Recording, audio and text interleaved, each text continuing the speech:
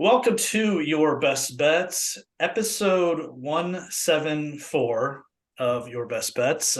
Thanks everyone for continuing to listen and support the show. We had a really interesting football weekend, but we're not here to talk about football or some of the interesting things that happened over the weekend or some tough losses, interesting decisions by coaches. We're here to talk about golf. I got two very good golfers with me, much better than myself. A sad Johnny Strouser is here, but he is still here. How are you, sir? Well, all things considered, I'm all right. I mean, I've cried myself to sleep a couple of nights, so we're gonna figure out another reason to cry myself to sleep to tonight. So I think I'll be over that and whatnot. But yeah, really proud of the team. It's always fun as a Lions fan when they're relevant on Thanksgiving Day, and to be into the new year and to have that kind of a type of response for how they played all this entire season was pretty incredible. And it's still kind of gut wrenching, and it's going to bother me because of everything that could go wrong in that second half. And I know most everybody probably watching this podcast probably watched that game and just saw just the compounding of errors and decisions that just devastated the team there, and it's tough because 30 minutes of just average football is all they had to play, and they'd be preparing for a game there. So it is what it is though. But you asked me to be on the podcast tonight, and I said, you know what, I'm not going to be Dan Campbell. I'll just kick it with you guys tonight, and we'll just have a good time. Well, listen, someone that suffered through a really, really difficult loss 4 years ago with the double doink. Double doink. Lives in infamy as a Bears fan. It will get better. There was a bottoming out point, but it will get better. And at least there's light at the end of this tunnel with a really good team. It seems like on paper, good GM, good coaching staff, all that. So I think the Lions are here to stay. That's kind of what you have to hold on to after that pretty devastating second half. Yeah. But I want to say other thing before I go, before we end this and stop talking about it. The one thing that drives me batshit crazy is when people always refer to the term "same old Lions." I am hoping that this season, that nationally, that term is buried forever.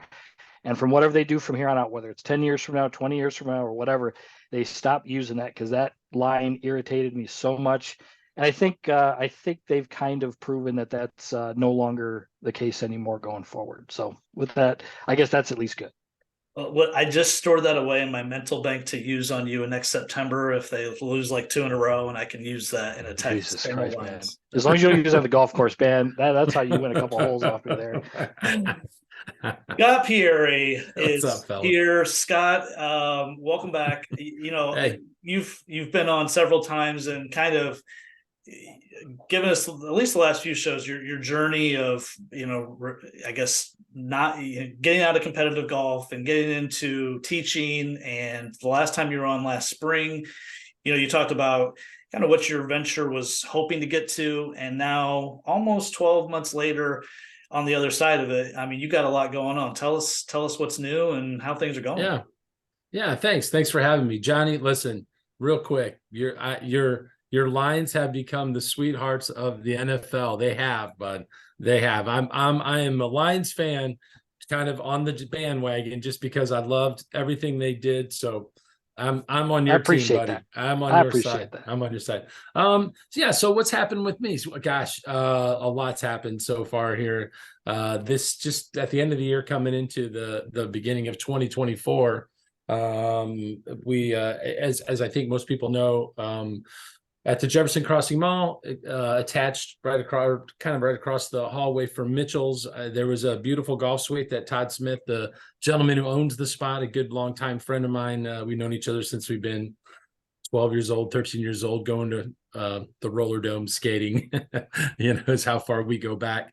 And Todd was kind of determined to try to get a space that was attached to the backside of that suite, which was someone he was renting to. He agreed to give up the conference room, and we took the conference room and we built a second suite, and he built me the most marvelous golf room you'll ever want to have as a teacher. It's it's a pretty incredible thing. It's a little different than the original room. Is a weird kind of pie shaped, kind of long-ish wide room. This is more narrow and kind of long, so I don't have a big curved screen like the original suite, but I've got a flat swing screen about 18 feet in length, and I've got pressure plates in the floor and the greatest video capture software you've ever seen. And it just teaching has become probably more fun than it's probably ever been for me right now. So I'm really enjoying myself.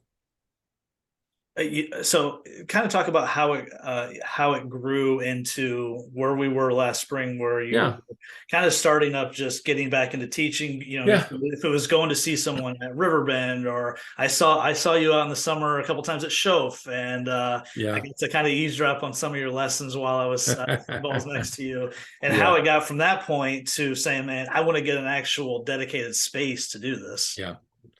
Well, the show thing is interesting because the city of Fort Wayne, Gary Whitaker, who runs the city courses, asked me if I wouldn't become one of two instructors, myself and Mark Beneke, our friend Mark Beneke. Everybody's friend is Mark Beneke. Everybody's friend. Yeah. That's right. So what happened was I said, of course, I would love to do that, and I started to teach.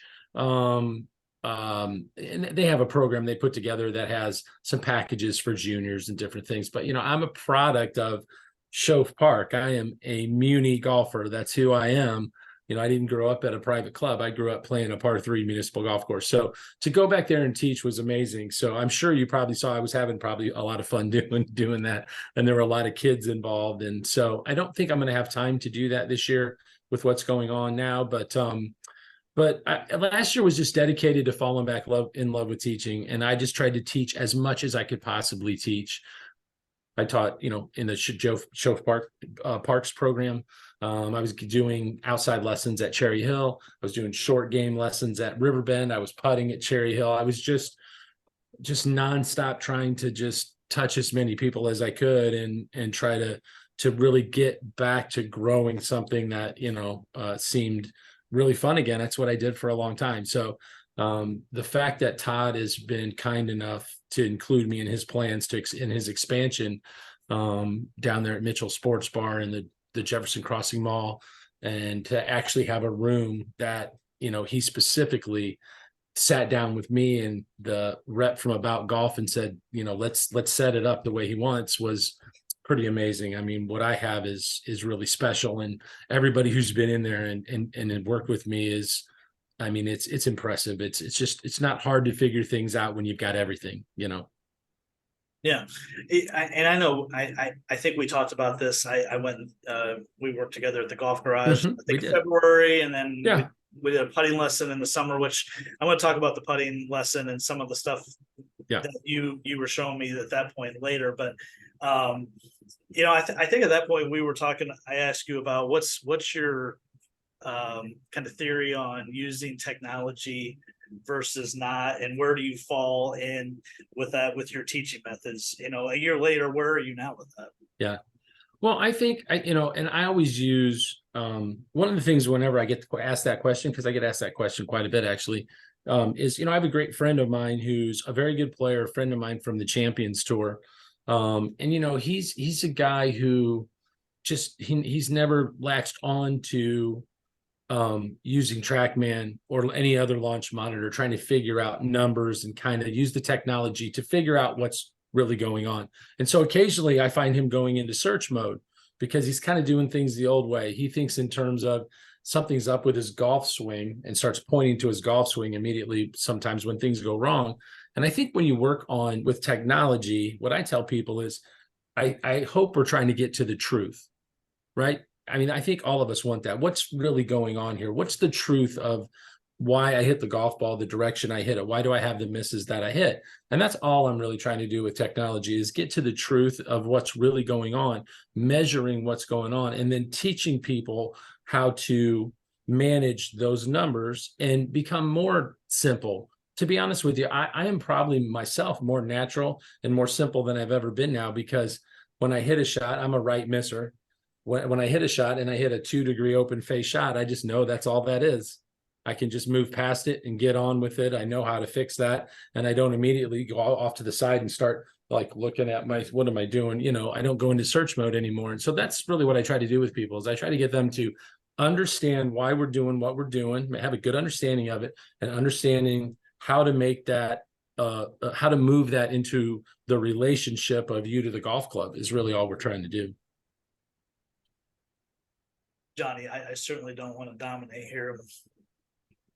No, with the I mean, you started golf when at a young age, when I played as well, when we had steel-headed woods and steel shafts in your driver, and when they put graphite, you were somebody. And then when titanium came out, it was just incredible and stuff. So I feel we were both, as we learned the game, it was when you had to really kind of focus on golf swing fundamentals, and you just looked at it that you didn't have access to, the club is 2 degrees open, like you said, or my launch is at 3,500 miles per hour on my driver, which is too spinny and whatnot.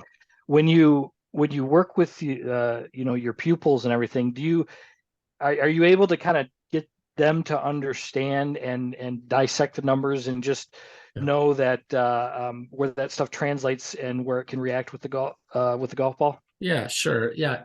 Johnny, I'm even older than that, dude. I was playing with persimmon woods. I didn't want to say it, but yes, I didn't have a metal driver until my senior year in college. Okay. Oh my God. That was when TaylorMade kind of came out with the preferred, the burner or whatever it was, right? Yeah.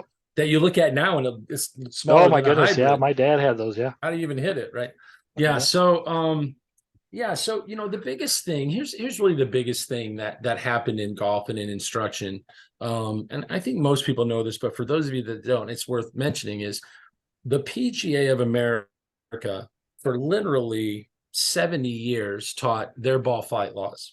So I can't remember what the graph looked like, but I can sort of picture it in my mind. It was kind of showing these, all the low, medium, high fades, draws, right? And they taught that. I taught that as a teacher back in the early 2000s. Once launch monitors hit just a little over a decade ago, the TrackMans, GC Quads, right, Foresight, within a few years of us getting data from launch monitors, we came to realize that everything they taught was wrong. They taught that the face controlled the curvature and the path controlled where the ball started. And that's completely wrong. It's the complete opposite. The face controls 85 to 90% of where that ball starts. And the tour players are so good now because they play with this real neutral face, and they've learned how to move their path a little bit to create some curvature. So it's really teaching people that, to be honest with you, it's just teaching them the truth of what this is and how to make a golf ball where you go where you want to go and what that relationship is. But, prior to that, I mean, we were teaching things for a lot of years as PGA pros that was completely wrong. And it was because that's what the PGA of America was teaching us, right? So I think that's why we see so much great young talent now that's good. And we see kids, I can remember when I was coming up, Johnny, my prime wasn't going to be till I was 30 or 35 or whatever. That's what they told us, right? And now we see kids and, we see an amateur win, Nick Dunlap wins and makes it look easy. Really, I know he had to make a putt and all that, but he shot 27 under, right? But they're so good because they understand that relationship. And now you can measure all of that, right? And I don't see him as some mechanical kid. He was just freewheeling it out there because he's learned what that relationship really is. And now that you know that, you can really hit the ball well. So that's really what I teach as much as anything to young kids and to my competitive golfers, my high school kids, my college kids is, how to manage that. And then more importantly, when you get into a round of golf and you're competing and it goes sideways, how do I manage that? That's really the key to being a good player. And you know that as well as I do. Yep. Yeah, I was gonna ask you about sort of that thought of someone that's maybe technical, or they're technically sound, and when they're trying to fix things, they go back to the fundamentals, and if it's a grip or swing path or whatever it is, and someone on the opposite side who's more feel, and they just tend to try to feel things out, and if something's going wrong in the round, man, I'll figure it out. What's easier to work with as an instructor or teacher? I mean, someone that's more feel based or more technically sound? That's a great question. I love field-based players. I think field-based players are easier to get them to be good players. when I mean that, shoot scores. When you get somebody who's this overly mechanical, 18 things they're thinking about, they've got 4 different golf swings, those people are the ones you've got to try to reel in and try to teach them that this is not a game you can just control. You can't think your way through that 1 second. You take the club back and get back to the golf ball. There's got to be some letting go of that a little bit, you know. But I will tell you, I think one of the biggest things that I teach to people from a playing standpoint and a practice standpoint is the worst way to practice, and we might have even talked about this, the worst way to practice is to go, let's say, take a lesson or look at a video and you're working on something, okay? And you're focused on your body. You're focused on what you're trying to do, whatever that is. You're trying to change your path, your takeaway, whatever. You're being mechanical. And you're going to aim at a target and you make the determination how well things are going is the golf ball going to the target. I think the best way to practice is, if you're going to work on you, then focus on you, put an aim stick down, get away from targets and hit it to nothing. Don't get stuck in, hey, I'm doing well here because I'm knocking the flag down or I'm missing the flag. You know, focus on you, and then and work on whatever you're working on. And when you're ready to play golf, turn around, get out of that mode, get into golf mode. There's the target. I'm going to go through my routine, focus on the target. I'm going to step in and play golf to that target. Hit a couple balls, few balls there, let's say, and then step back out of that, get back into yourself, and then work on that, and then step back in and play golf. And I think being able to separate those two is what helps people take it to the golf course. You know, you've got to be able to work in those two modes so you can separate those so that when it's time to go play, you can get out of I'm focused on me mode and get focused on target. So that's a big thing that, you know, I teach juniors and kids that are in high school and college is, you know, you got to be able to separate those two things. Those are 2 different ways of hitting a golf ball. One is focused on you trying to get better, and the other one is trying to play golf. And I think that's a big thing that people have to do to be good players, because ultimately it's about how many shots are we taking to get the ball in the hole from the first tee to the 18th hole. You know, that's ultimately what it comes down to. Well, I think there's a lot of really good young players in this area, as I know you've come across and everything. But a lot of them, they're very mechanical with their golf swings, and I've had the chance to play with several of the young guys in the Fort Wayne Golf Association events, and I mean, they hit it way by me, and they hit a lot of good straight shots and everything. But like you said, they get a little bit off target with their golf swinging, where things are going a little bit haywire, and a lot of them, you know, it's like they don't really know how to recover the round of golf, and they just end up posting a higher number than what they want. And I think there's a good there's a component where you've got to kind of, like you said, where you've got to explain to them, where you've got to just kind of focus on your body and hitting good golf shots, not really worrying about the results and everything. So I think that's a real important thing that a lot of people that are watching this right now have got, you know, parents and whatever, that they've got to understand that you not only teaching them to swing the club nicely, but scoring is what's ultimately going to get those kids college scholarships. It's going to win them high school golf tournaments. It's going to, you know, it's going to make them beat their buddies as they get older and everything like that. So, I mean, I think that's a pretty good thing there. But as for like your teaching plan, like if someone were to sign up for a group of lessons, I mean, do you have a certain like schedule or type of, you know, set number of like lessons or types of lessons that you give these guys? Yeah. So, you know, when I tell people, if someone came out and said, design something for me, I would tell them, let's do 4 1-hour lessons. Let's do a full swing lesson. Let's do a short game lesson, which would be 50 yards and in. Let's do a putting lesson. And then let's leave that 4th lesson open for whatever we need to work on. That's the worst part of it, is what I would tell people. And then go from there. And then we'll go from there. I always would like to circle back to full swing at some point, of course. But I just think that you can't give them too much. You can't overwhelm people. We're not trying to rebuild everything. I think that's hard to do. We got to help manage people through it. My competitive golfers, the plan with them is we're in development mode right now. You know, I'm making life tough on a lot of good young players right now, because we're trying to clean up the stuff that really needs to be cleaned up. Now, once we get to the season, we're done. We're not cleaning that anymore. We're not adding, we're not trying to develop anymore. We're trying to get into play mode. So wherever we are for the high school boys on March 15th, that's where we're at. and we're going to stick with our game plan of how we're going to play, and we'll stick with that all the way through the competitive season. And when we get to the fall, we'll sort of dissect what we think is maybe the worst part, which is a lower body issue or a spine angle issue or whatever it is. And then we'll start developing again. But I think that's what good players do. I don't think they're constantly in that develop mode all year. Tour guys, Rory's not doing that. He works in the off season on the things he wants to work on. And when it's time really to get into the meat of the season, which is probably what Masters for him, I don't think he's trying to mechanically do anything. I think that's what hurt him. Was that 2 years ago when he went through that weird sort of phase where he got in that search mode right in the middle of the Florida swing, and he just sort of disappeared from playing well for 2 months, because I just felt like that's what he did. He all of a sudden started working on his golf swing, talking about his golf swing right in the middle of the season. So that's kind of how I do it with the competitive golfers. So I don't know if that answers your question or not, or if I got off track on that, but that's kind of how I like to do it with the competitive kids. And you're right. The art of this is figuring out how to get it done on that day when you don't have it. Yeah. That's the art of being a winner in golf, no doubt about it. Yeah.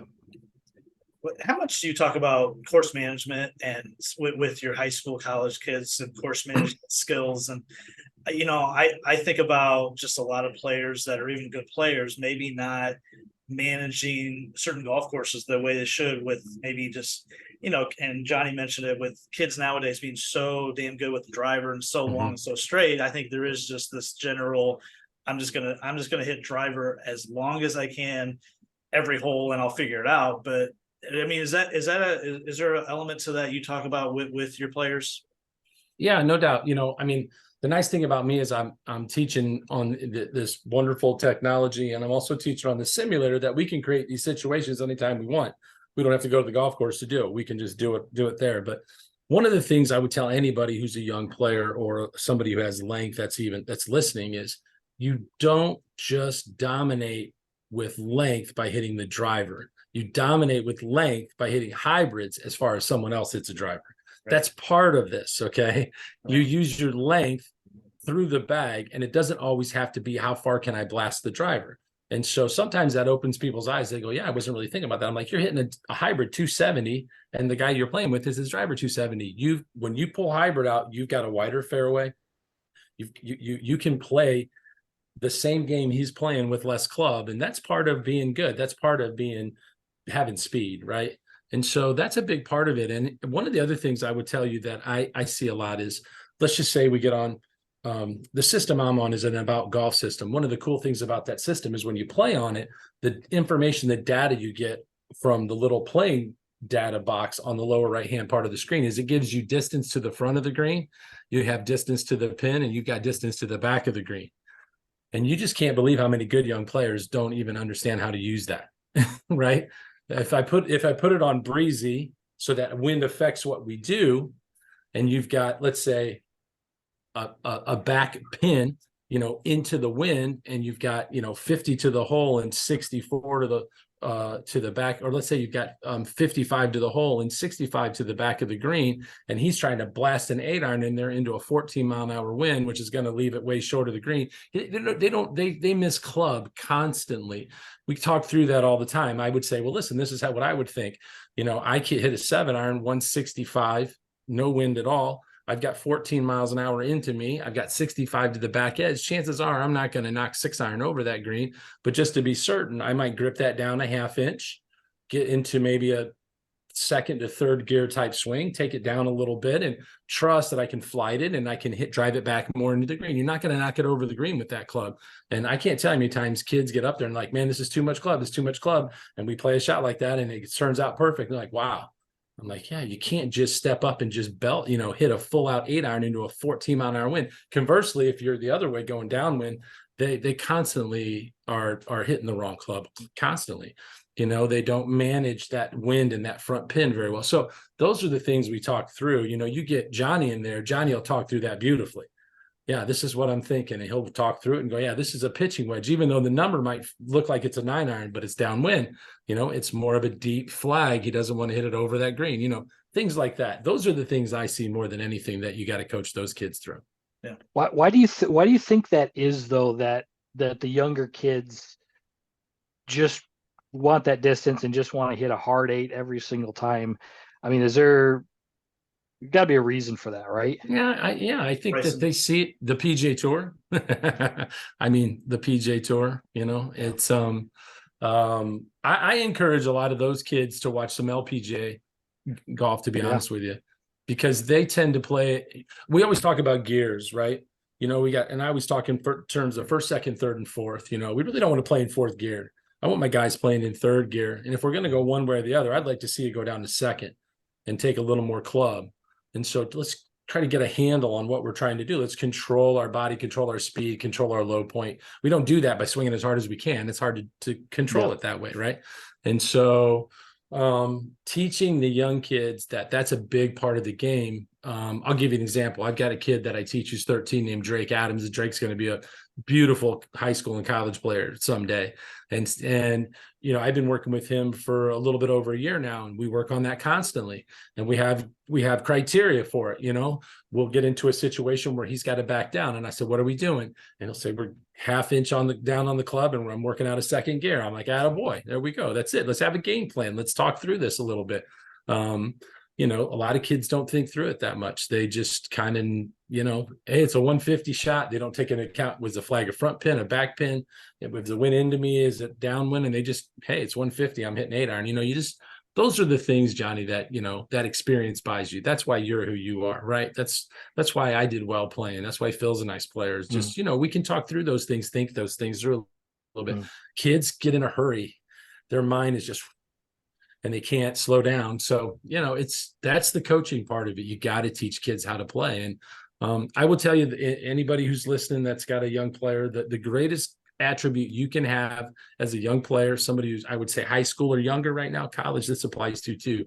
But if I get a 14 or 15-year-old kid, the greatest attribute you can have is to have a game plan on your shot, step in, hit that golf shot, watch it till it finishes without any reaction emotionally to that shot.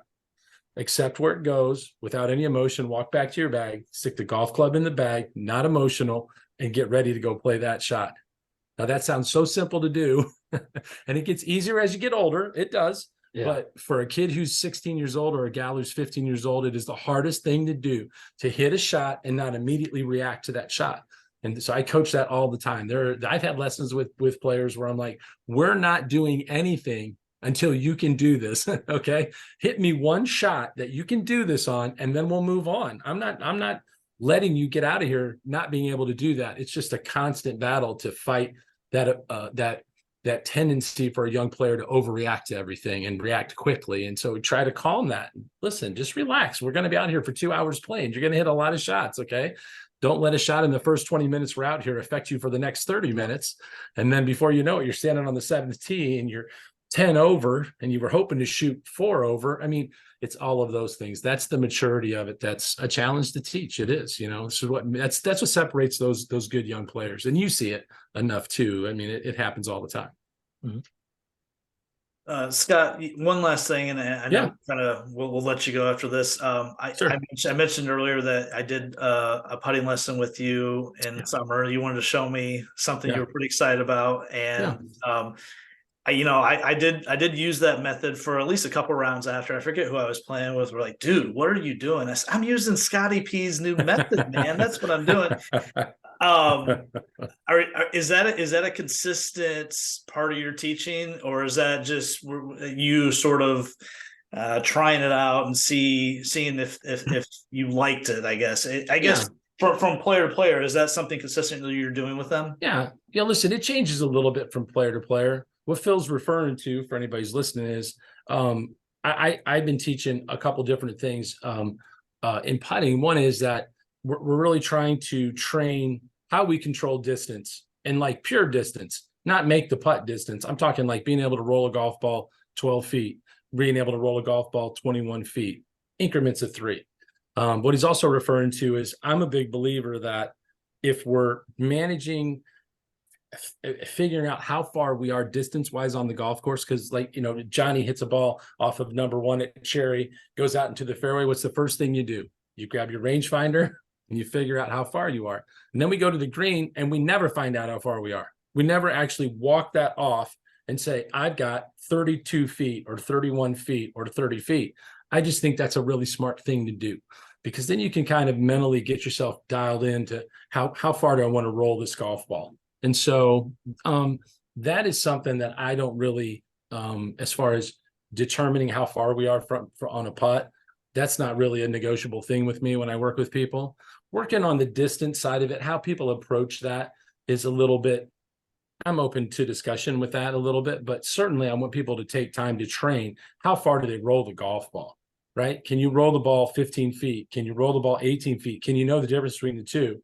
To me, that's what being a good putter is, because most of the time in the amateur game, the amateurs are so caught up with missing and making because they're watching the PGA Tour and guys who are shooting 20 under par, who that's how they make their living, missing and making putts. In the amateur game, it's total putts that most of the time wins golf tournaments, unless someone's going low or there's a group of guys that are going low. But it's just trying to get people into a little different mindset that it's okay to putt a ball from 25 feet and leave it 2 inches short of the hole and tap it in, versus running it 5 feet by and taking a chance that you might miss it coming back, you know? So that's what Phil's referring to. Now I'm still sticking with it. I think it's a great method for amateurs to start with.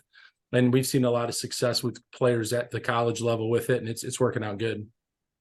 You know, I did enjoy it kind of after a while, knowing the feel of what a 17-footer, and then factoring in whether there was, slope that would, Sure.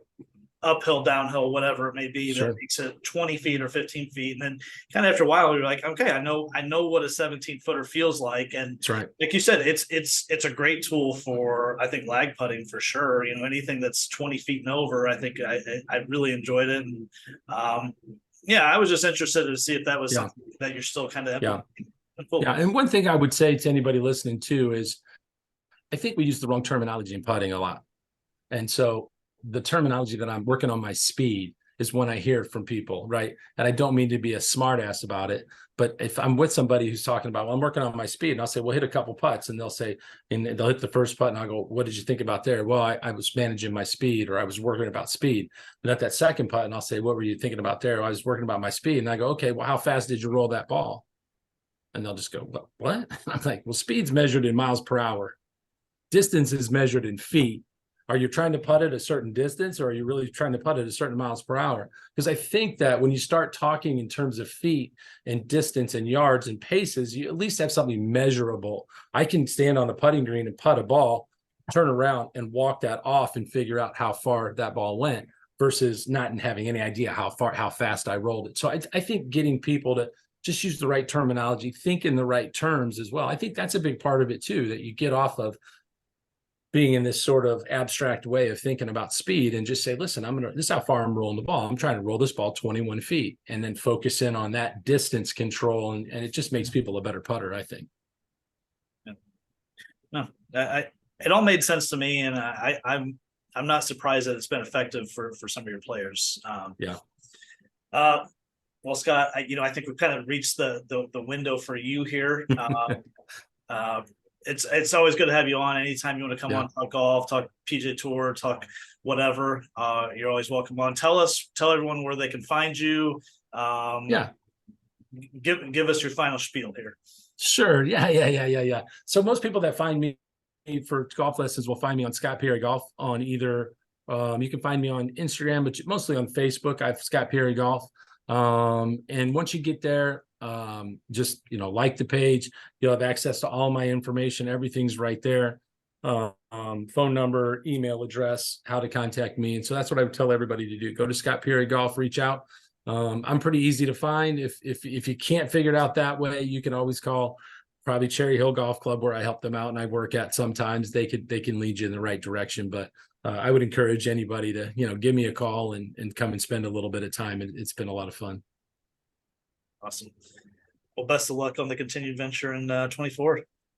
Gentlemen, great seeing you. Go Lions. Go Lions. Yes, sir. Thank you. Take it easy, Scott. See you, fellas. All right. Scott Pieri is he's doing a great job. We have a lot of good instructors around the area. Callahan, LZ, I think someone that's an young up and comer, but I know Scott's broken into that scene a little bit, and I enjoyed a couple lessons I had with him last year. So I encourage anyone that's interested in improving their game, whether it's full swing, short game, check out Scott. I mean, he's literally in the top 0.1% of golfers that play golf. I always think of it that way, that can kind of give you some guidance, thoughts on your own game. So thanks, Scott, for coming on here. Johnny, we got some PGA Tour stuff to get to here. Farmers Insurance Open this last weekend. We're going to touch on this pretty quickly because for time reasons and the fact that it's I don't know what to say about Matthew Pavone other than I was impressed. I can't believe I was watching as much as I watched on Saturday nights. It wasn't like a star-studded leaderboard, at least at the top, but incredibly impressive for that guy who just got his card through the DP World Tour last season to win, and I think it was his fifth start, something like that, on tour as a rookie at a major championship type golf course. I mean, that was some serious stones there. Yeah, that was very impressive, and I was very happy to see that a DP World Tour qualifier, a guy who, that's the point of this. It was to play on the DP World Tour, to play well on there over in Europe, get your card, come over to the United States, and you just never know what's going to happen. And this guy's now a PGA Tour winner. He's got the exemptions. He's into the Masters. He's into a couple other majors, and he's going to hit the ground running, hopefully. And I remember a little bit from watching DP World Tour stuff on the Golf Channel in the morning, and he's just a pretty solid player. Like a lot of those guys are very underrated, but just because we don't see him that much here in the United States, and there's not many people that wake up on a Saturday morning and turn on golf and want to watch what's on the DP World Tour. So yeah, I mean, I tuned in and watched a good chunk of it. I like the golf course. It's always set up pretty tough. It was kind of set up how I thought it would be, and he made some critical putts towards the end there and some great up and downs, and kind of scrambled on 18 to make that birdie to avoid the playoff. But tournament him, and the field wasn't great, but like you said, it was a good event. I mean, sometimes you don't need the big names that to have a great event. I mean, it was very competitive down the stretch, and seemingly enjoyed it. I was going to ask you about that, actually. Did you feel, and I think we might have talked about it last week, and maybe we didn't, but did you feel the void of Jon Rahm this week? Because I kind of did. Yes. When I think of Torrey, that's kind of Jon Rahm's haven, right? I mean, got his first win there, won the U.S. Open a couple of years ago. It did feel a little different. And it does take a little bit of my, I guess, excitement away from watching an event like this, where there's not necessarily a star, there's not a Max Homa at the top, Colin Morikawa, whoever. It's some Euros and maybe a couple other PGA Tour mules, we kind of call them, right? Mules. So I was going to ask you, how has your viewing experience been so far? I guess the last four events since we hit the 2024 swing part of the season. This was kind of the first time it really kind of hit, to seeing a guy like Rahm and all those other guys out and not playing. I mean, the first event of the year in Kapalua, we're just going to watch just because it's Hawaii. It's a crazy ass great golf course, and it's going to have a lot of good players in it. And then the Sony's going to be is always what it is, And then but then you get to this event, and then it starts to get a little bit real, because this is the first time that a lot of these guys, the biggest of names, show up, and the field just didn't simply have it. But that's also because Pebble is such a highly rated event this year, being a signature event. So yeah, that definitely takes a lot away from it, because you look at the leaderboard and you're like, it's the Barracuda Championship. I mean, it's I mean, it is. It's just it's the 3M Open. I mean, it's fine because it's got 156 or 144 world-class golfers, but you're not going to get, missing John Rahm and all those other guys that we're used to seeing. It definitely took a hit. So, Yeah. If they don't come to a deal soon, which I was seeing today that they're getting awfully close, and I think what's going to end up happening is a lot of these guys are going to get reinstated or have a very easy path to get reinstated, but it definitely takes away from it. But it's just knowing that, maybe this is only a short-term thing. And if it meant a weak field at Torrey for a great field here at Pebble, I'm okay with trading that for a year. I'm fine with that, but definitely though Rahm not being there, just not him lurking at a couple shots back or leading or being relevant or being there at all. It was I definitely noticed it. Yeah, I did too. From a betting perspective, fourth straight event where we have a 100 to 1 or greater winner. I tell people all the time, if you're good at betting golf, it can be unbelievably profitable. Now, it's really hard to be that good when, just look at the last 2 weeks. You have an amateur winner, and then you have a guy that just joined the tour that played on the Euro Tour for most of his career before here, and they win back-to-back weeks. So it's also freaking impossible to predict these things. But so far, it's been pretty crazy going back from Chris Kirk to Grayson Murray. Nick Dunlap and then Matthew Pavon. Yeah. So I feel like this coming week, we got to have what we would call a top tier winner.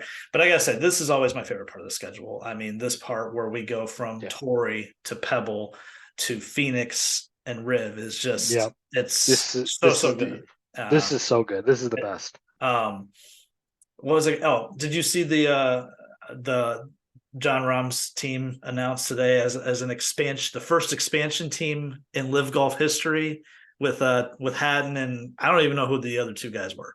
I was going to add, no, I didn't see it. I did see that creepy picture that was previewed yesterday on the Live Twitter page, that there was going to be announced today, but no, I didn't actually know that they announced Hatton for sure. I know he withdrew from Pebble today. But I don't know the other two guys, and I hate to say, I don't know when they play next, but if it's during like daylight and there's not college basketball on that I want to watch, I might tune in a little bit. I just for some hit and giggle action, but I'm kind of curious to see how John Rahm will look in shorts and not a Callaway hat. That's just mostly it. Yeah. So his team name is Legion 13. Yeah, it's in Roman numerals. It's a Greek. Okay. What was he saying? He's big into like Greek mythology or Roman history, or he's one of those guys who, this is his Roman Empire, and that's what he thinks about. And I don't know. I saw something that I started to watch the video, and that's what it's from though, and it has some sort of Roman or Greek meaning to it. That's all I got, though. Thank you for that. Caleb Surratt and Karen Vincent are the other two members of that team with Rahm and Hatton. I think at one point during the season last year, I might have texted you like, man, John Rahm interviews are the best interviews. Like what his pressers, like he is really thoughtful and well-spoken, and he provides just kind of the perfect clarification or explanations of things that I wouldn't, I just don't see other guys do. Even Rory, just the way he comes at you. So I'm kind of gonna miss some of those things. And now when I see Rahm talking, it just feels like this buttoned up, censored version where I don't believe he wants to be there. I still don't believe he wants to be there. It just looks, there's this look about him that's like, well, fuck, I had to take the money. Who wouldn't? Yeah. I don't really want to do this. And maybe I think he's got a lot of family. Maybe he knows the end of the story before we do, which is, this whole thing is going to be back together before we know it. Right. Yeah. I've always kind of thought that, it was just one of those things. They gave him a number that, everybody's got their number apparently, and that was his number, and they met it. And I think he had people in his family and whatnot that were like, bro, you got to take this. Yeah. Listen, he's got to feed his family. I know. I know. Give Who me was the Latrell NBA player Sprewell. that said Latrell Sprewell. Yeah. Bro got to feed his family, is what he said. Can't be living on no 10 million a year. Okay. Anything else from Torrey before we can close that book? No, it's going to be interesting though. I think it was his Farmers. They're going to get one more year of this, and then they're going to. Yeah. I think they're ending their sponsorship, so it'll be interesting to see where that goes. I don't ever see it leaving Torrey, but I hope it's the same kind of every year where you got the skinny fairways, the thick rough, and it Yeah. sets up as that good test. And it's just one of those things that it's the West Coast swing is so great, and so is the Florida one as well. And it's just Yeah. each year one of these events is going to have to take a fall, and this one's been it. Yeah. It's we mentioned that as being a scheduled casualty with the signature events this week, and then Phoenix, and then another signature events at Genesis. It's just it's just not realistic for guys to play 5-6 in a row. Yep. Someone that is playing a lot of golf, and this will be my final point before we get to Pebble, as Rory came out this week and announced that he's going to play at the Cognizant Classic. Is that what it is now? The Cognizant Classic in the Palm Beaches, the old Honda, which I was pretty surprised at. He's adding that. So I was trying to figure out if he's playing Pebble. I don't know if he's committed to Phoenix next week.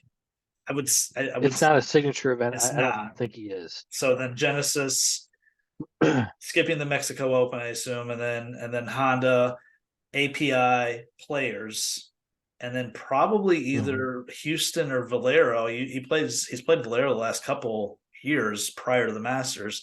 That's a lot of golf before the Masters, but he has said he wants to feel like he's in playing form before getting to Augusta. He's pretty much tried everything else, so maybe this will work this time. And he was at United Arab Emirates. He played the 2 weeks there in Dubai and whatever the other one, the 2 events back to back. So I mean, it's 8 to 10 events before the Masters. Yeah, we'll see if it works out. I read someone say on Twitter if this doesn't work this year, next year he'll just show up Thursday morning to Augusta National like he did for the 2012 Ryder Cup with a police escort and just get to the first tee and not think about anything and go win it after that. He's pretty much tried everything else. I'm good with that. Yeah. All right. So we got a signature event this week. AT&T Pebble Beach program. I did not look at this, and I'm embarrassed to say that I don't know. Are all 4 rounds at Pebble this year, or are they still doing the rotation? I think they're still doing the rotation. Okay. And I did not look at that ahead of time to see if that had switched because this was a signature event. I am excited to see. Oh, wait a minute here. Actually, I think it's Spyglass and Pebble only. Okay. And so they've cut out Monterey Peninsula then? For this year, yeah. Okay. So 1 round at each the first 2 days, then the weekend at. And then I think it's the weekend at Pebble. Okay. Either way, I think that's an improvement to cut out. I just want to see all the rounds at Pebble. And it's always on the coverage where it's like, well, this guy's tearing it up at Spyglass, but we have no cameras over there, and we're in 2024. Yeah. Well, Spyglass is actually, I think, from what I've heard, is, and if people who played both, it's actually the better layout. And I know Laying Up has done some drone coverage of it and everything, and they were tweeting that they're pretty excited that they're going to have more coverage, because that was always the weird thing. That was the one course I wanted to really, really see. And then you'd see like that 18th hole, which has like the really crazy serpentine green or something like that. They'd show like Bill Murray putting out on that, and it was like, oh, okay, that's Spyglass for you. You got to get the Bill Murray shit in there, don't you? We need to have like right here. We need to have like me every time I reference the celebrity thing. You hate Bill Murray. That's Mr. Chicago. I mean, he loves the Cubs and the Bears and Illinois basketball. I mean, come on. No, it's brutal. The pro am part's brutal. I am excited to see an elite field here. Finally, it feels like it's Yeah. been years since that's happened. I mean, maybe early 2010s when there were good fields here. Obviously, becoming a signature event made all the difference. But generally at Pebble, and I don't know from a betting standpoint, if you look at course history, I think course history here matters a little bit. Again, it's like I guys that usually play here well a couple times, I can count on them being in the hunt. I think of like Kevin Streelman is like he's got it here at Pebble Beach. In the past, like Jordan Spieth, DJ, those guys. I also look at guys that are just really good iron players because generally a shorter course like this, guys are playing to spots. With I think of like the eighth hole there where everyone's just playing to a spot. I'm looking for good iron players, but guys that can get the ball up and down. These are the smallest greens on tour. Guys that can just figure out getting the ball in the hole. That's why foreshadowing. I love Jordan Spieth this week, actually. But anything else you're looking at this week? It looks like it's going to be really cold, low 50s. It looks like a lot of winds. I saw 20 to 25 on the weekend and maybe some rain. So it's going to be pretty ugly out there, I think. So you're going to want, I mean, we don't know the personalities of the golfers, but I think a big deal is going to be guys who played well, like you said, because they've dealt with all the conditions where it could be sunny and 65, it could be rainy and windy and 52, type of thing. So you need that patience, and I think a lot of these guys who've played in the event before, they've dealt with it, because instead of a 4.5 hour round of golf that you and me would play here at one of the local golf courses, these are going to be 6.5 hours at all the golf courses. I don't know if it's going to quite be that bad. It probably will, but with maybe less people that are on the course, maybe not.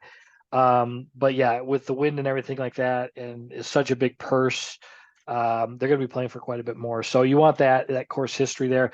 And the greens are very similar to the speed and type of grass as Torrey was this last week. There's a little bit more bent grass in them than there is Poa annua. So you're going to have to be a good, Poa annua West Coast putter. So it'll be a lot of, I think, guys who we like you said, they've had success before in the past, and we're going to have to look at that and I think kind of push that as players that we like, this week here as well.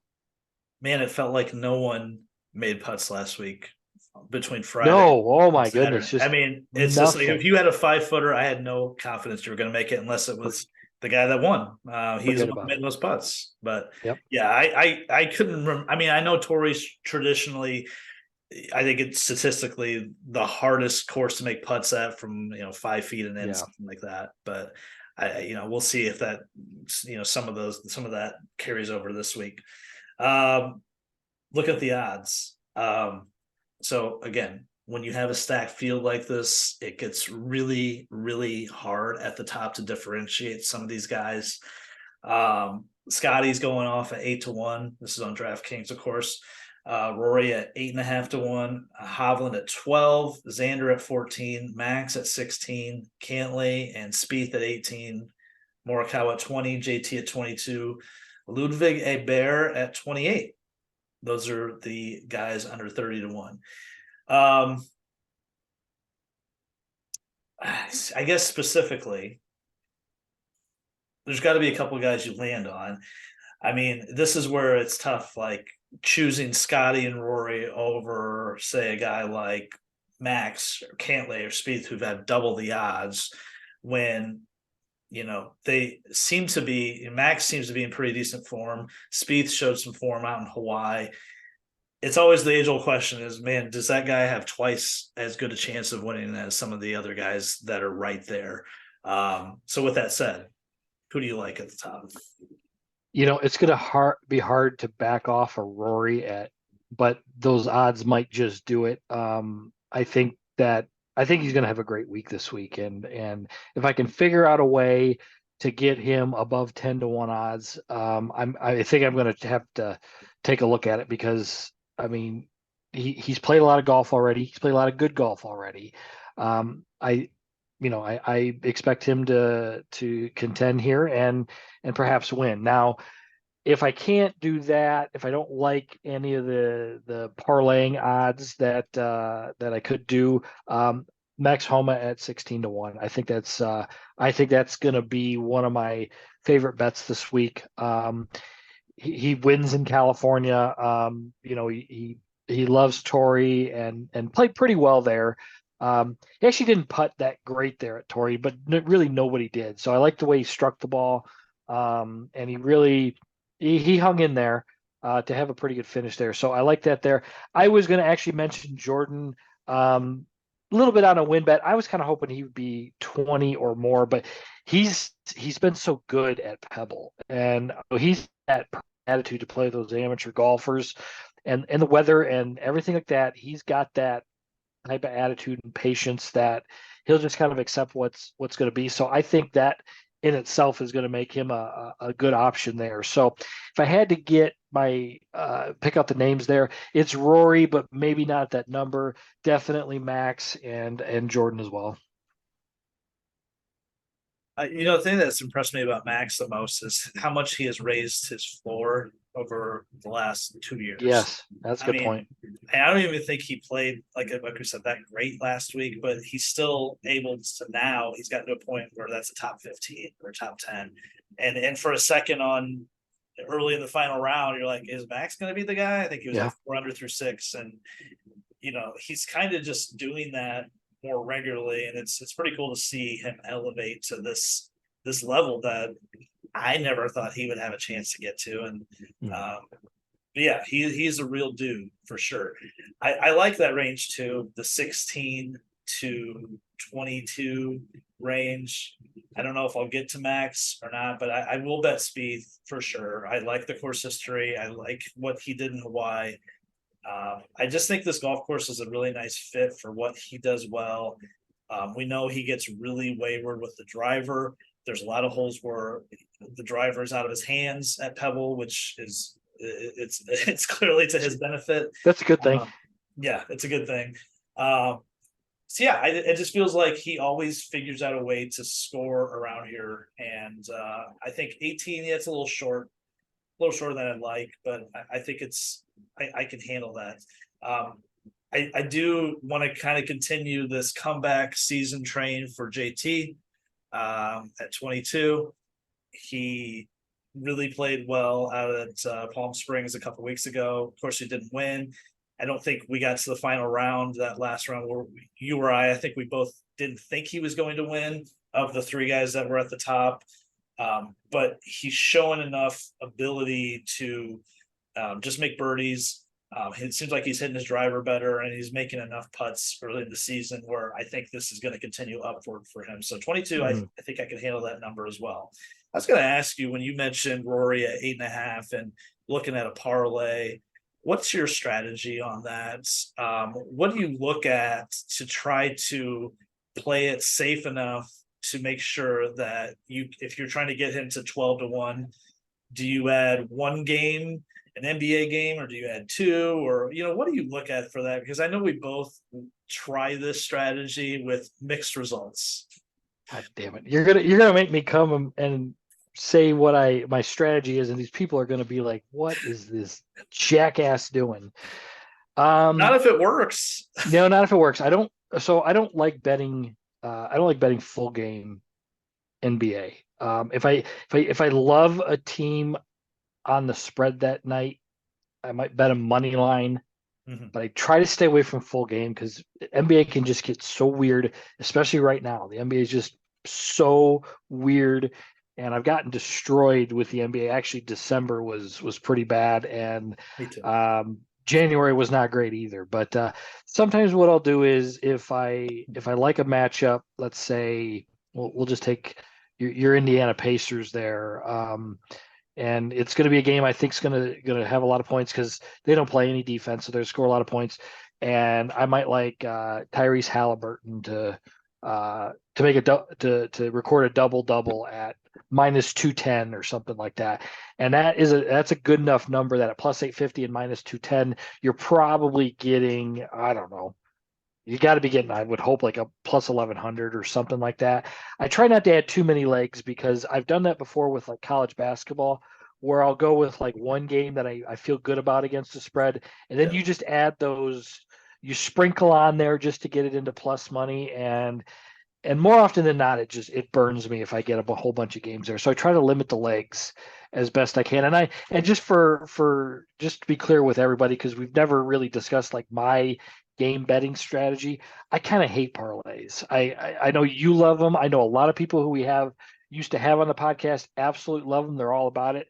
I hate them because I'm so bad at them. I think I told you even a couple months ago I was going to try it and got absolutely waxed at it because I was doing the NBA stuff. So my strategy on that would be Rory, and it's not Super Bowl weekend, so I can't really pick a Super Bowl prop. I don't want to tie my money up an extra week.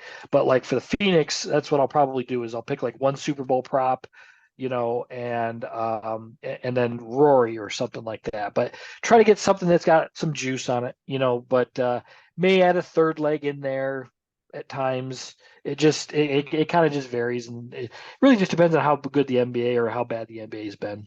Yeah, there's definitely the element of risk, and it's probably the worst feeling if you make that bet on a Tuesday or Wednesday night with an NBA game or two, and that loses and you're out, whatever your bet was, and you never even get to Rory coming through. Right. I had that last week with Morikawa, and I put him in a parlay, and it was the same game parlay plus, and I won the same game parlay part, and then Morikawa missed the cut, and I think his number elevated to like 60-1. I'm like, this is awesome, and he had a good first round. Then he was trash. Then he just garbage. Yep, I did the same thing.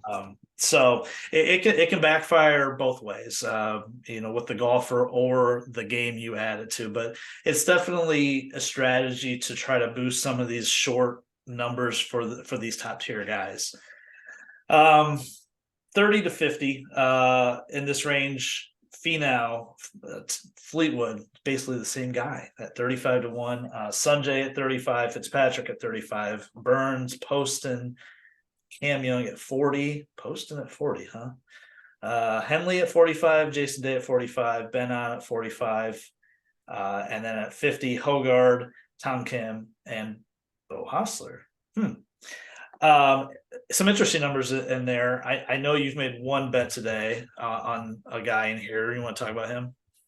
Yeah, I bet Jason Day. I think that's a pretty comfortable number for me for a guy who's playing decent golf. He's fits the golf course profile pretty well, and he's obviously very good putter, very good short game. So if he does miss greens, I feel pretty comfortable with him and everything.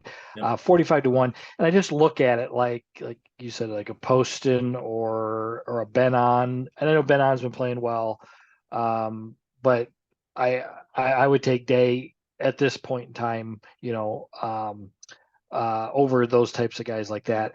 I do like Nikolai Hogard as well. Had a chance to win the golf tournament last week. He's got to be getting that jet lag at some point, but he's only 22. So, I think when I was 22, I probably didn't have that type of jet lag either. So at 50-1, I think that'd be pretty good. You could look at him in a top 10 or whatever market you feel like, but great player, very, very good player. Going to learn to close out and everything, but I think 50-1. I think you can look at him for one more week. And now if he's going to look at another week, playing another consecutive week, then we'd have to question that. But those guys jumped out to me. And also I never bet Tommy Fleetwood to win, but the fact that he did win on the DP World Tour, or just after the first of the year, I think's a pretty big deal there, and played pretty good with that. Great iron player, good ball striker.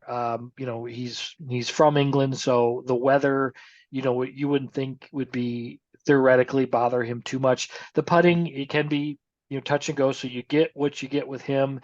And I think you're still kind of convinced he's going to win at some point in the U.S. So, it was my bold prediction. Yeah, it was my bold 35-1. I mean, I don't think that's a bad number at all for him. Yeah, I agree. Well, tell me why I shouldn't bet Cam Young at 40. I don't think you should bet Cam Young at 40 because he doesn't win golf tournaments. Well, he doesn't win golf tournaments because he doesn't make putts. He doesn't make putts consistent enough right now. I mean, I think everything else is kind of there.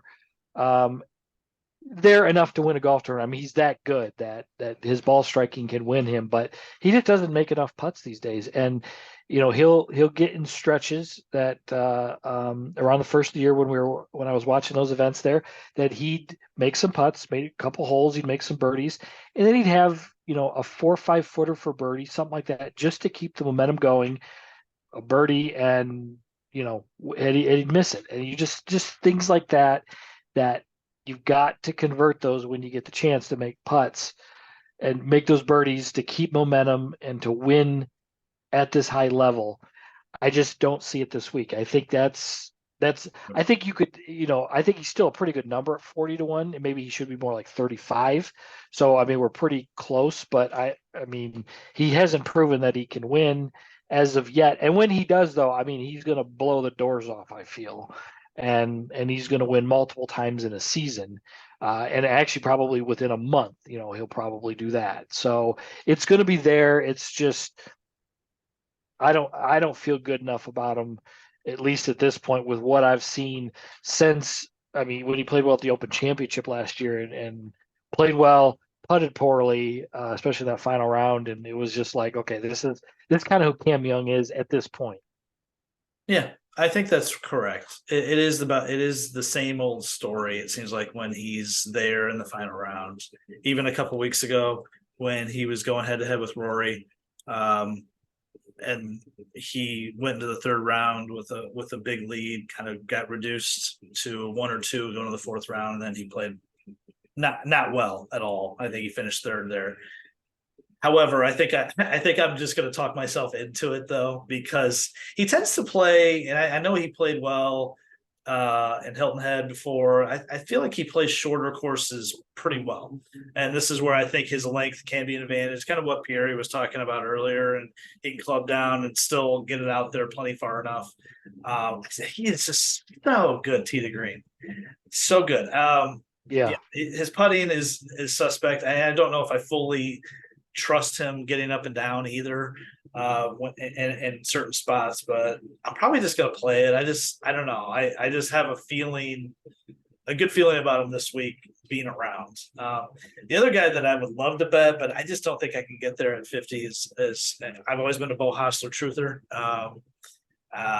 He's been playing really well. He has, man, that months. Torrey. Yeah. Holy shit. And he's got a good history here at Pebble. Yeah. 50 is really short considering he's never won. I mean, he's the same number as Hogard, who's playing out of his mind right now. So I don't know if I get there on Bo, but might be someone that if you throw that in a parlay with a minus 300 NBA winner and it hits, that probably gets it to like 70 though. Honestly. So I like Bo in theory, just not at 50, maybe a 70 if it's out there. We'll just say 60 and above. Anyone that you've spotted there, all the way down to the bottom there, that's of interest to you in this field. Nick Taylor is a name that kind of jumped out at me there, and at 110-1, I can't. I'm not going to not bet that one. It might be a very, very small number, and I might back it up with a top 20 or a top 10 as well, because you could still get great plus odds. That's a very, very solid one for me. Let's see here. Who would have? I actually placed a bet today on Brendan Todd. The weather kind of concerns me a little bit, but he played pretty good. I think it was at the Sony until he busted his driver in half. But he's a guy who. Oh, he did it himself. Yeah. He just cracked it over. I saw him do that, but it wasn't. Yeah, it wasn't over his knee, but I think he like purposely leaned on it and just snap, because he kind of was sheepishly walking away and everything like that. So, I mean, I like that. There's some very interesting names here at some really high numbers. Another guy, I like Sahith Theegala at 70-1. Here's my theory on him. Mm-hmm. If you like Spieth anywhere, you should just bet Sahith anywhere. Sahith, yeah. They're like the same escape artist type dude. Yep. I mean, Sahith is just like one of those guys, though. Yeah, you could just he could have a bad week, could have a good week. But I mean, look at Corey Connors, great ball striker at 80-1. Like I said, Brendan Todd at 90. Like I said, Nick Taylor, Ricky Fowler at 130-1. Holy I saw that. Jesus. I saw that. I mean, he's top 30 in the world. Ricky Fowler. That's He a was big number. so bad at Kapalua. Was that- he? Okay, I guess it fell off my radar. Yeah. Yeah, he was. I mean, that he couldn't make a putt. I mean, it was just like it was bad. It was really, Okay. really, really bad. And then the other guy, kind of like, he just got in. He grew up at Pebble. Was Mav McNeely, 150-1. Again, not sure if I like him as a win bet. I mean, you could throw a little bit on him if you wanted to, but again, top 10, top 20 market if you like something like that. But he's had some success there. Yeah. Like I said, grew up on the golf course. His dad is the CEO of KPMG, so Yeah. pretty significant. Lives on one of the holes there. Yeah. Yeah. So he's he's a guy I like there. So interesting names though, like just names I don't expect to see at more than 100-1 or more than 80-1 that are in there. All right. I got the guy down the board. Okay. I've got this pegged. He started out, I think, closer to 100 early in the week, and I probably should have hit it then, and I haven't. But now he's down to 75. It's our friend Denny McCarthy. Denny has been, and I wrote the notes down today. Finished 4th and 12th in his last 2 starts here. His form is pretty good over the last 24 rounds. He's number 1 in the field, putting on POA, 3rd and scrambling. Those are all the boxes I need. He's not long, of course. He's not like the best iron player in the world, but he's one of these guys that when he gets going, he just makes a ton of birdies. Tons of birdies. Good putter. And yeah, if you want to talk about the opposite of what we saw last week, guys missing every putt. Xander on Saturday missing everything. Finau, Aber, all these guys missed every single putt they looked at. This is a guy that actually make them. So now it's just playing his way into that spot. I'm still sad for him that he didn't win the Memorial when I was there last year when he should have won. Although I did have the winning ticket on Hovland, I was kind of rooting for McCarthy just to get his first win because he really played well. I just think he's so close to getting his first win. And we talk about a lot of these guys that are on the precipice of winning. I just really like him this week. So I'll be betting Denny and probably suffering the same fate I usually do with him. I did already bet Pat Rogers. That's just a fear of missing out situation. I have to continue going down that road, but he has been playing very well as well. And he's a West Coast guy. Plays well out just most years on the West Coast. Actually, Torrey, Riv, Pebble, decent record.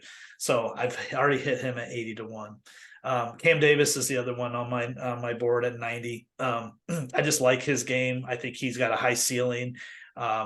Also a guy that has played well on shorter type layouts over the past couple of years. You would think it'd be that, just being a bomber, but I really like these longer hitters on shorter layouts. Kind of like for a couple of years, that was my Gary Woodland play with him playing shorter courses. I always played him. So Cam Davis at 90, I like him as well. So that's probably where my card would end as far as going any further down the board. But this is a great field, great tournament. This will be great. The weather's going to be junk, but it should still be fun. There's no football on this weekend. Watch this. What CBS will be good. It'll capture Pebble, and it could be blowing and ugly and everything like that. But this is a great field. This is one that we're gonna want to watch. And I can't wait for it. This is even watching Bill Murray hit a couple golf shots on Saturday. No, one thing again, I always say this at CBS is Saturdays for the celebrities. They don't show a ton of actual like golf. They show the celebrities. They interview them and all that other stuff. It's supposed to be that fun thing. They'll probably be doing it less this year because it is a signature event. But Sunday they don't even any of them that made the cut they don't show them. It'll be just strictly focused on the guys on tour, and we're going to get a winner this week somewhere. I feel it. We're not going to have this 400-1 guy. I think it's going to be up there near the top, and we'll get those picks out hopefully. We're going to have to get them out tomorrow then, and Yeah. get him up there and everything. So Yeah. You know who's worse than Bill Murray though? And oh, there's a lot that's worse than Bro. I actually don't mind Bill Murray. I just say that 'cause well, I agree with you. This shit got kind of old, right? But the guy that always drove me crazy, and I don't know what he's doing these days, Larry the fucking Cable Guy. Did anyone actually like him? And then to watch him hit golf shots, did anyone ask for that? I didn't, but I don't usually ask many of them. Yeah, they do show Larry the Cable Guy too much, you know, because it's the same thing. He wears the same, you know, get up there with the camo with the sleeves ripped off, and it's like, okay. I just don't know who's wanting to see him, period. I don't know. A lot of Ray Romano in this one as well. Traditionally, I don't mind seeing the athletes. You know, I know like Brady's played. Larry Fitzgerald's a good golfer. Fitzgerald, yeah. He plays. Or Tony Romo. Yeah, yeah. Cool. Well, yeah. What he'll be playing even with calling the Super Bowl right next week. I don't know. Well, Super Bowl's in 2 weeks, so yeah, he got Well, nothing to do this weekend. Well, no, It's not like it'll be next week though. So what's that? Well, he'll be playing in Pebble because of the Super Bowls. Yeah, the following week. So he'll still be in Pebble even though he's got a okay. Well, I'm sure he will. I mean, what else is he gonna do? Is he gonna prepare for the broadcast? I mean, that's not evident he doesn't. Well, he's got real competition now that Tom Brady's gonna be in the game.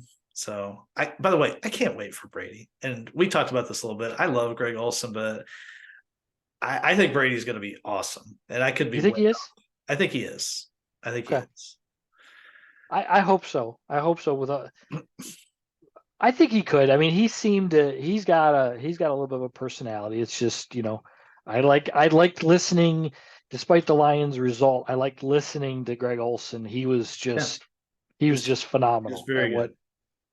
So yeah, we'll see. And probably most people don't care about these kind of things nearly as much as you and I do. We break down announcer teams and for all sports. You know, these people are watching the video right now and they're like, Jesus Christ, will this end? Because they may say something that's interesting at the very end. Joke's on you guys. All right. Picks up on Wednesday. The pod will be out as well on Wednesday. Hopefully have a good week. All right. All right. Time to end this. Check us out on YouTube, Apple and Spotify. Early next week, I will have the third year. I'll be doing Super Bowl prop bets show with my friend Rich, college friend.